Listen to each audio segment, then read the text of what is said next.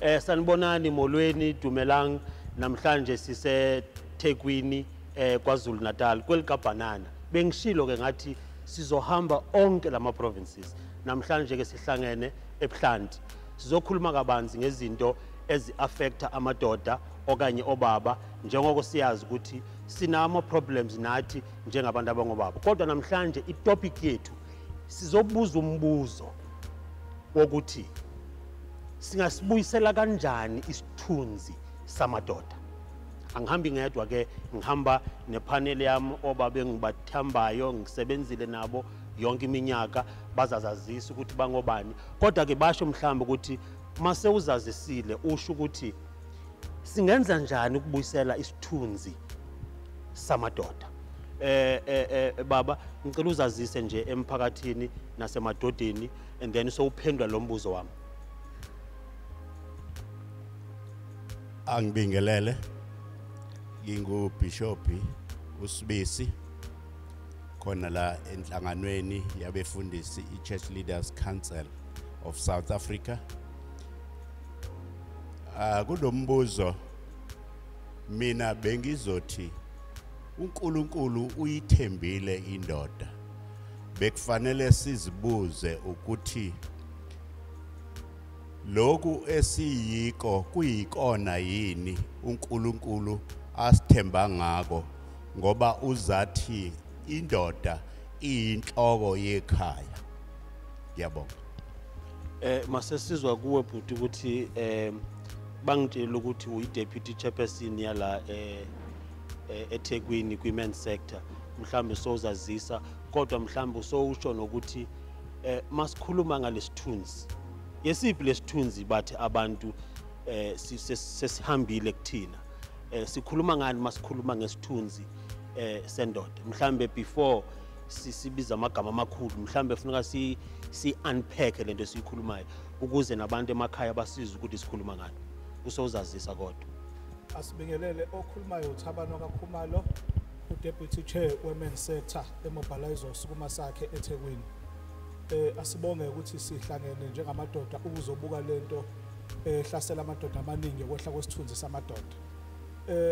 Siyasho ke njengaseThekwini singamadoda ukuthi enye into siyafisa uhulumeni awalekelela amadoda ekubuyiseni isithunzi sawo ngoba enye into elimaze amadoda ukuthi isikhathi esiphila kuso sithi abantu besifazane yibo abanemalungelo nasemsebenzini yibo abanamathuba bese kwenza amadoda amaningi angasebenzi abe nenkinga ukuthi awukwazi ukuprovide emakhaya kwehla isithunzi emakhaya indoda ideleleke ekhaya ideleleke emphakathini.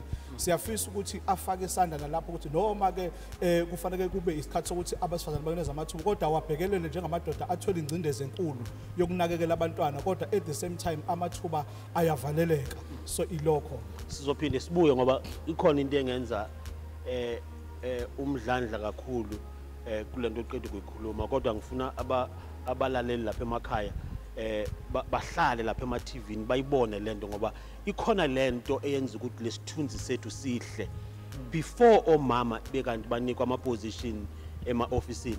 Ikhona into engekho right night abanye boza kwethu ba rape ingane emakhaya.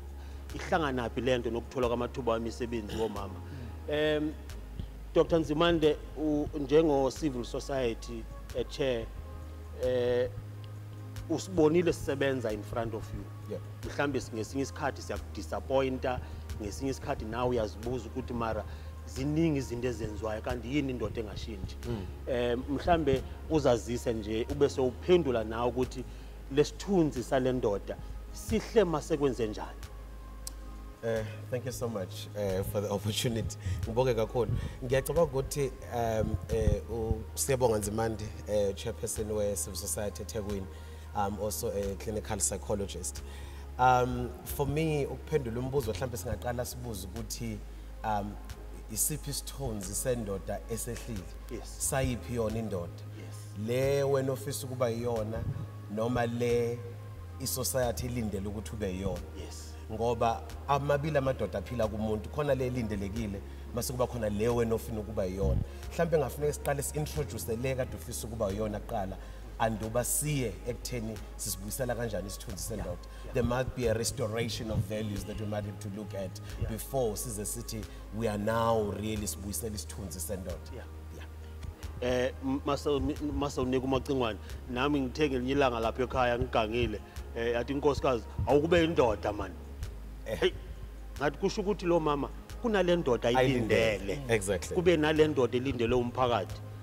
Macingwane njengohlalo we-men sector eThekwini asicela uzazise ebantwini siyabonga kakhulu ngosimema besinawe lapha eGoli sakutshela ukuthi sizayo sesifikile Macingwane suka yona madoda awuzazise Macingwane. Ngiyabonga kakhulu Prof Jasi ngibingelele kwipanel namadoda. Mina ngikubheka impo kaMchunu uchairperson we-men sector la eThekwini. Ukubuyisela isithunzi samadoda kudinga ukuthi amadoda enze kahle. Kuqala azazi ukuthi angobani iyiphi irole ekufanele ayidlale emakhaya nasemiphakathini nasesizweni sezonke. Kodwa nje in summary ukubuyisela kuzosidinga senze kahle sonke. Ngiyabonga. Ay siyazwa ipanel yethu lapho eyasilekelela ukuthi lento size nayo kahle. Baba kunento oyikhulumile enginike umdlandla kakhulu. Mhlawumbe nepanel sizolekelelana. Siqale nini ukuyinothisa lento ukuthi isithunzi sendoda siyehla. Ngoba manje sehlangane kanjena omama bayakhala eSouth Africa kuthiwa si rape ingane almost daily. Ingane sakwazi uyeyitolo. Omama basakwazi ukuba free kwindawo ehlala kuzo. Iqale nini le nyaka Bishop? Bengizothi mina iqale sihlalo. Iqale ngokuthi indoda ingayenzi into elindelekile yokuthi yenze kahle. Yaqala indoda yenza izinto ngizobuye ngisebenzise iBhayibheli ke ngoba ngimele ezenkolo. Yenza indoda izinto uNkulunkulu abengayidalelanga ukuthi izenze. Ngokuthi njengoba suPaulile wathi baqala amadoda adlwengula abantwana babo, aqala amadoda acabanga ukuthi inkinga azoyixazulula ngokubulala abahlala nabo noma bashadile noma bahlalisene babulale. Okay. Umhlambe wona baba ngathi uyavumelana noBishop. Ngicabanga ukuthi enye into eyenzakalile ngoba kuneyinhlobo ezimbili zokwehla kwesithunzi samadoda. Khona isithunzi esehliswa yiwo amadoda. Yes. Kube khona isithunzi esehliswa ama-systems amadoda aphila ngaphansi kwawo. Ngifuna lesi ehliswa indoda. Yesiphi lesithunzi esihliswa yithi madoda. Angithi sifuna ukuzilungisa bantu bakithi sifuna ukuzilungisa. Ngeke sikwazi ukuzilungisa masingazi ukuthi yini inkinga yethu. Yesiphi lesehliswa yithi. Leso ukuthi indoda ingakwazi ukuyiphatha njengendoda yenze izinto zobulwane okulindekeleke ukuthi ibe inhloko ilide. Kuqale ekutheni amadoda angabe saba nayo indawo la ehlala khona elulekana khona nelulekwa khona nala indoda iba nomuntu ebukela kuye. Dala emakhaya amadoda ayikathi bayithi mayihleli kubuyiwe kuyosetshenzwa ahlale abafana baluleke ukuthi kuphilwa kanjani. Kwaqala amadoda afuna ukuzimela empilweni ngokuphila engadependele kumuntu engathathi ama-advise umuntu. Kwaqala ukumoshakala ithi indoda mayificwa izimo ithatha ama-decision wrong. Kubalekile ukuthi siyayitola sicosha izinto ezithize lapha siphinde sibuye. Stay tuned.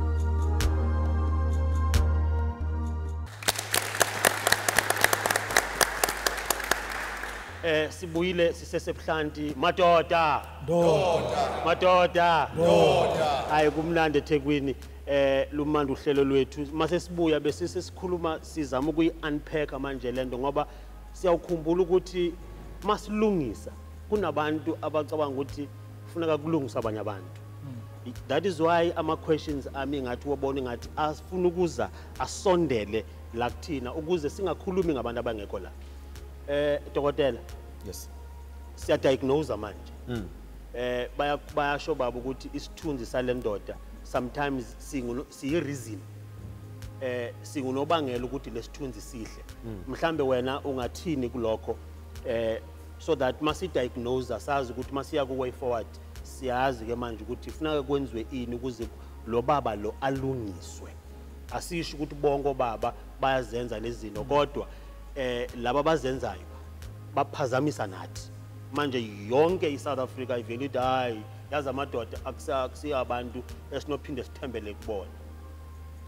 Yeah, you know, one of the things Prof ngiyengazisho ukuthi uma ngabe sikhuluma ngomuntu wesilisa sikhuluma ngendoda kubalekile ukuthi sibheke ukuthi ukhuliso bani ekukhulela kuphi and yini leyo ekade ishiwo kuyena ekhula esawumntwana ngoba kunalezi zinto esibiza ukuthi ama gender roles ukuthi umfana ubelonga ngaphandle intombazane ibelonga ekitchen isithunzi mhlambe sehle siqala ukwehla lapho ngoba sibona ngazuthi isithunzi siyehla uma kuthiwa indoda ayipheke uma kuthiwa indoda ayiclean uma kuthiwa indoda engasasebenzi kusebenza unkosikazi ekhaya indoda ibona ngathi isithunzi sehlele ngoba angisakwenzi lokho akade kuyi role ekade ngitshelwe yona ngokukhulu ukuthi nakho kwenziwa indoda.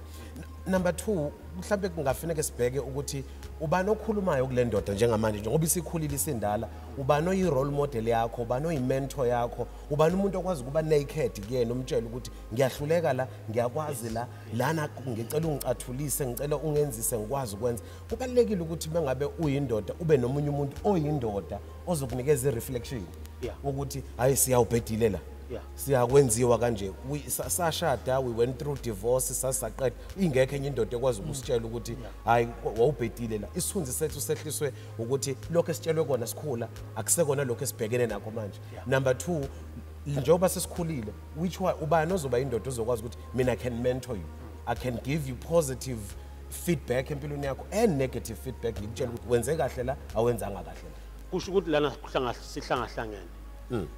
Fortunately, we are an academic. Psychologically, you can see ukuthi amadoda lana ziningi izinto ezisiaffectayo kakhulu njengokukhula kwethu. Abekho abantu abasimonitorayo sikhulisa omama njalo njalo macingwane njengomuntu ke obhekelene lama programs onke.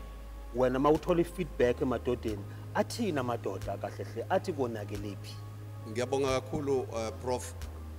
Into engayisho ukuqala ilena ethi kulahleke ukuhloniphana. Inhlonipho ayisekho phakathi kwethu singamadoda, phakathi kwethu siyingxenye yomphakathi. Lokho sekwenze ukuthi kungabe busababikho ukwenza kahle. Okwesibili kube yinto ethi kukhona lento esibiza ngokuthi abantu njengoba eshila uDeputy Sihlalo abantu sebeziphilela ngabodwana kufike usikompilo olusha la umuntu khona ebona sengathi angaphila ngayedwana. Lokho kube imbangela ke yokuthi omunye akwazi ukukhuluma kabi ngomunye naphakathi kwethu ngesamadoda kanti lokho kuyasehlisa isithunzi ukukhuluma kabi ngenye indoda. Into engiyaye ngisho ukuthi balekile sengigcina yilena ethi kuyaye kube kuhle ukuthi ukhulume nayo indoda uyibonise la uyibonisa khona kodwa ungakhulumi ngayo ngoba ukukhuluma ngomunye umuntu kuyamlimaza futhi kuyamehlisa kulelo zinga abe uNkulunkulu embeke kulona.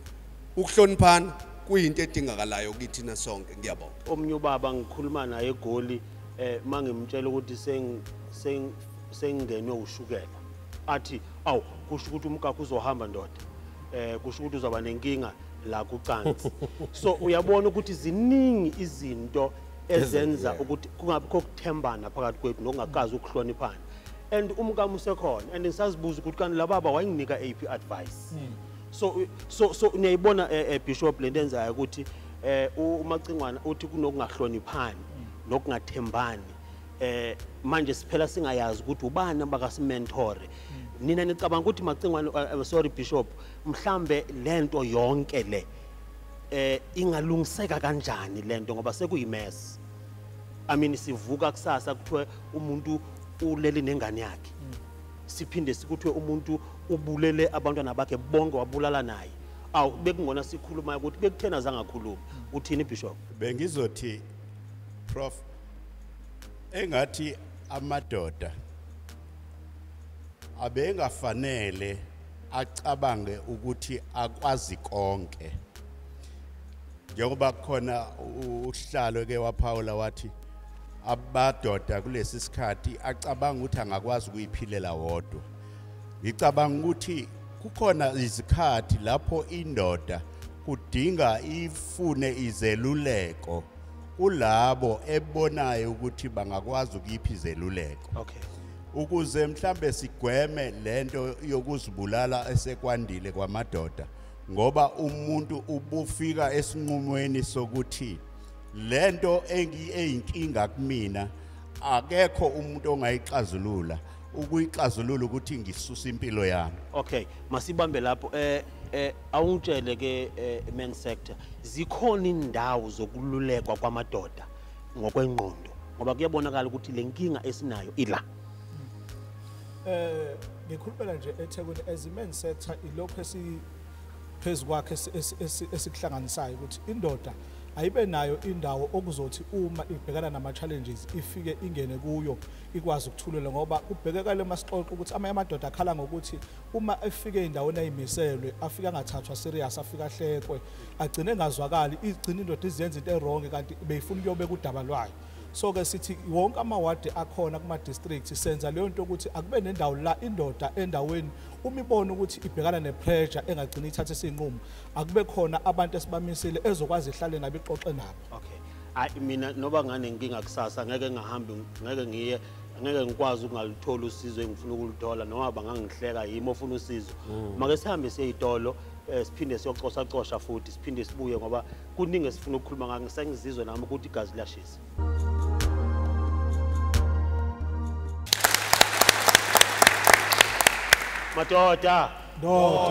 Madoda. Sisesebuhlanti sihlele eThekwini kumnandi ePine Town. Make sizwe abobaba manje ukuthi bona bayibona kanjani yonke lento besixoxa baba awusitshele kabanzi ukuthi konakelephi mhlambe yini nokwenziwa ukulungisa yonke lento sesizibona sikuyo namhlanje. Ngibonge umphathi wohlelo nepanel yakho amadoda wonke aseThekwini kanye no producers nabo. Ubaba ngumduduzi uShangase waseNanda. Umbambi iqhaza nje ezintweni eziningi ezisemphakathini empeleni nasocwaningweni lwezifo lezi ezithathelwanayo njenge TB nani umbambi iqhaza kulona. Ngiqhamuka eNanda ke abawalandelayo ama statistics obugebengu eNanda bayazi ukuthi iSouth Africa yonke eThekwini iNanda ihamba phambili ngani enginamahloni nanokukhuluma ngako kumanje yena yabona amadoda ababamba iqhaza kulelo bugebengu kuvamise ukuba ngamadoda kakhulu kunabesifazane okusehlisa isithunzi ke lapho ke ubuphi lobugebengu ubugebengu basekhaya basendlini lokho kuthiwa i-domestic violence. Okay. Iningi leThekwini